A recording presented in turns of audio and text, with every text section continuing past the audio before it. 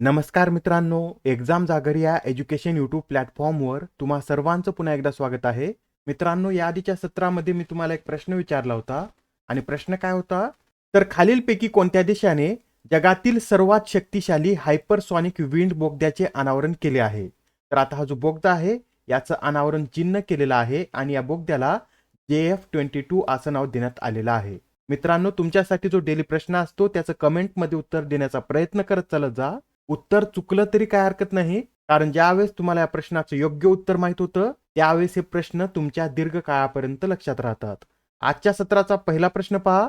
पवन ऊर्जा क्षमतेच्या बाबतीत भारत जागतिक क्रमवारीत कितव्या स्थानी आहे? तर पवन ऊर्जा क्षमतेच्या बाबतीत भारत जागतिक क्रमवारीमध्ये 4थ्या स्थानी आहे. पहिल्या 3 क्रमांकावर कोणकोणते देश आहेत? तर यामध्ये प्रथम स्थानावर चीन, दुसऱ्यावर अमेरिका आणि तिसऱ्या क्रमांकावर जर्मनी हा देश आहे.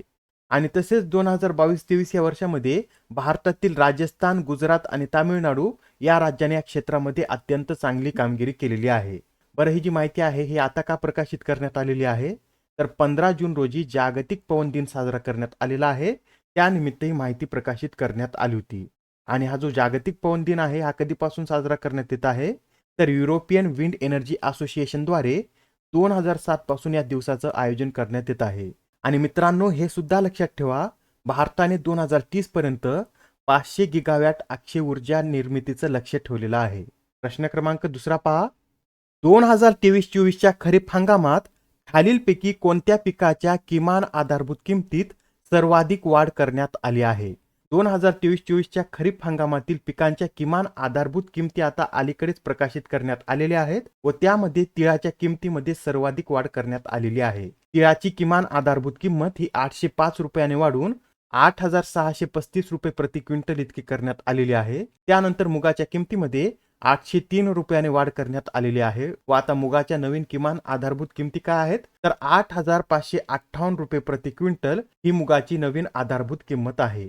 आणि या MSP मध्ये वाढ करण्याचा निर्णय पंतप्रधान मोदी यांच्या अध्यक्षतेखालील केंद्रीय मंत्रिमंडळाच्या अर्थविषयक समितीच्या बैठकीमध्ये घेण्यात आलेला आहे. मित्रांनो, भारतामध्ये पिकांच्या किमान आधारभूत किमतीची शिफारस करण्यासाठी कृषी उत्पादन आणि मूल्य आयोग आहे.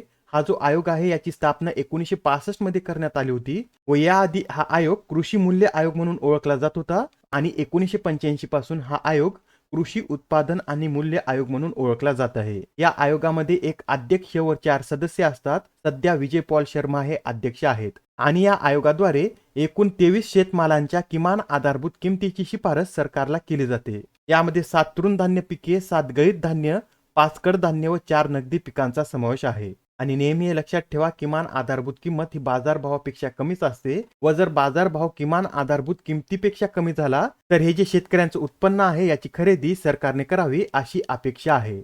आणि या ज्या किमान आधारभूत किमती आहेत या किमती उत्पादन खर्चाच्या 1.5 असाव्यात अशी शिफारस स्वामीनाथन आयोगाने केली होती. आणि आता प्रश्न क्रमांक तिसरा पहा.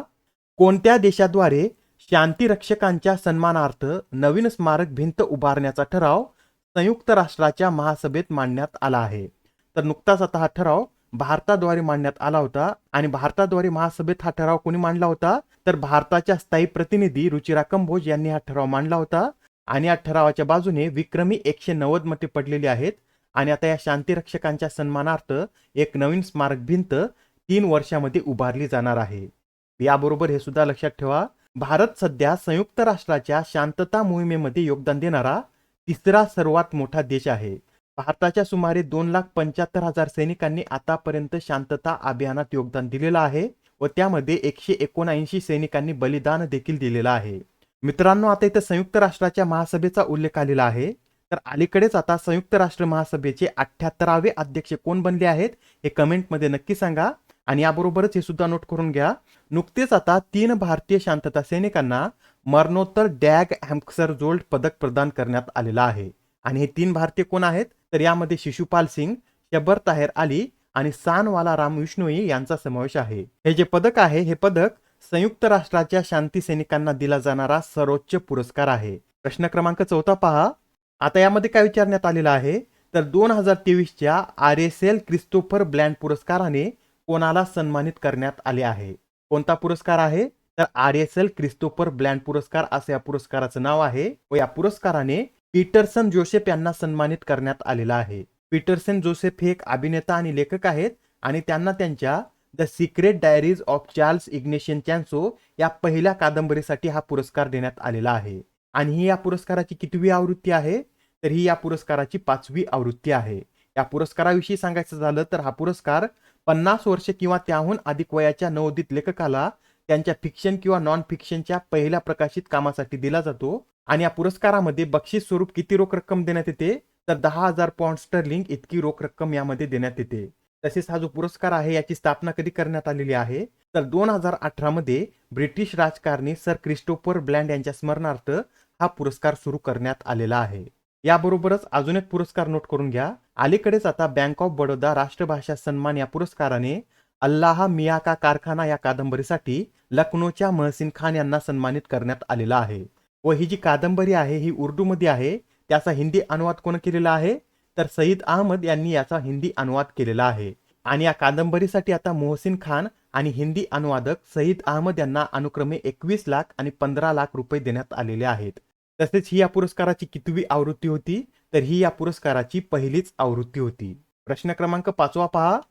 अलीकडेच आता युकेची अभिनेत्री आणि माजी खासदार ग्लेंडा जॅक्सन यांचं वयाच्या 87व्या वर्षी निधन झालेलं आहे. तर त्यांनी आपल्या चित्रपट अभिनयाच्या कारकिर्दीमध्ये किती वेळा ऑस्कर पुरस्कार पटकावलेला आहे? तर या प्रश्नाचं योग्य उत्तर आहे पर्याय क्रमांक 2, म्हणजेच त्यांनी आपल्या चित्रपट कारकिर्दीमध्ये 2 वेळा ऑस्कर पुरस्कार पटकावलेला आहे.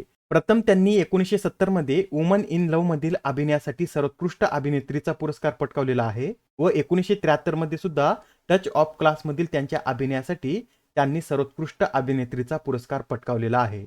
याबरोबरच मित्रांनो अजून एक निधन वार्ता नोट करून घ्या. अलीकडेच आता इटलीचे माजी पंतप्रधान सिल्विओ बोर्लुस्कोनी यांचं सुद्धा वयाच्या 86व्या वर्षी निधन झालेलं आहे. त्यांनी 3 वेळा इटलीचे पंतप्रधान पद भूषवलेलं आहे. प्रथम 1994 मध्ये ते इटलीचे पंतप्रधान बनले होते.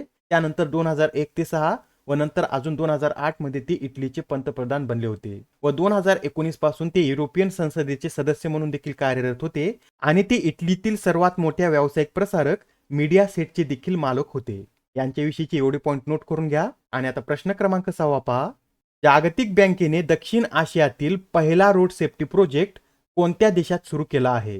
तर आता हा जो रोड सेफ्टी प्रोजेक्ट आहे याची सुरुवात बांगलादेशमध्ये करण्यात आलेली आहे आणि या प्रोजेक्टसाठी जागतिक बँक आणि बांगलादेश सरकार यामध्ये ढाका येथे 358 दशलक्ष अमेरिकन डॉलरचा एक करार झालेला आहे. आणि या प्रकल्पाची अंमलबजावणी प्रथम बांगलादेशमधील 2 राष्ट्रीय महामार्गावर करण्यात येणार आहे व ते राष्ट्रीय महामार्ग कोणते आहेत? तर यामध्ये गाझीपूर एलेंगा जो N4 या नावाने ओळखला जातो आणि नाटूर ते नवाबगंज जो N6 या नावाने ओळखला जातो, या 2 राष्ट्रीय महामार्गाचा समावेश आहे. आणि मित्रांनो आता इथे जागतिक बँकेचा उल्लेख आलेला आहे तर याविषयी हे सुद्धा लक्षात राहू द्या.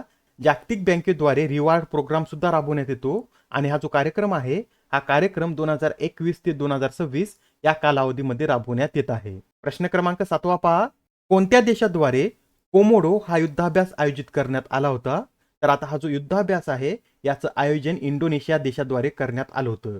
आणि या युद्धाभ्यासाची कितवी आवृत्ती होती? तर 4थी आवृत्ती होती. हा युद्धाभ्यास प्रथम कधी आयोजित करण्यात आला होता?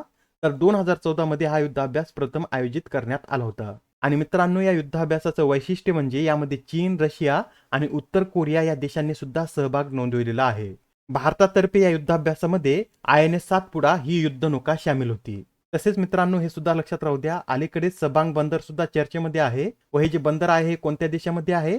तर हे बंदर इंडोनेशिया या देशामध्ये आहे व नुकतंच आता भारत आणि इंडोनेशियांनी सबांग बंदराच्या व्यवहार्यतेवर संयुक्त अहवाल पूर्ण केलेला आहे. प्रश्न क्रमांक 8 पहा. ग्रीनटेक सेफ्टी अवॉर्ड 2023 ने कोणत्या संस्थेला सन्मानित करण्यात आले आहे? तर अलीकडेच आता ग्रीनटेक सेफ्टी अवॉर्ड 2023 ने RINL म्हणजेच राष्ट्रीय इस्पात निगम लिमिटेड या संस्थेला सन्मानित करण्यात आलेला आहे. आणि त्यांना हा पुरस्कार कशासाठी देण्यात आलेला आहे? तर 2022-23 मध्ये कामाच्या ठिकाणी सुरक्षितता सुधारण्यासाठी त्यांना उत्कृष्ट श्रेणी अंतर्गत ग्रीनटेक सेफ्टी अवॉर्डने सन्मानित करण्यात आलेला आहे. आणि ही जी कंपनी आहे याची स्थापना कधी करण्यात आलेली आहे? तर 18 फेब्रुवारी 1982 मध्ये याची स्थापना करण्यात आली होती व या संस्थेचं मुख्यालय विशाखापट्टणम येथे आहे. प्रश्न क्रमांक 9 पहा. खालीलपैकी कोणत्या राज्यात डिजिटल कुंभ म्युझियमची निर्मिती करण्यात येणार आहे? तर आता ही जी डिजिटल कुंभ आहे याची निर्मिती उत्तर प्रदेश या राज्यामध्ये करण्यात येणार आहे व या म्युझियमची निर्मिती कशासाठी करण्यात येत आहे?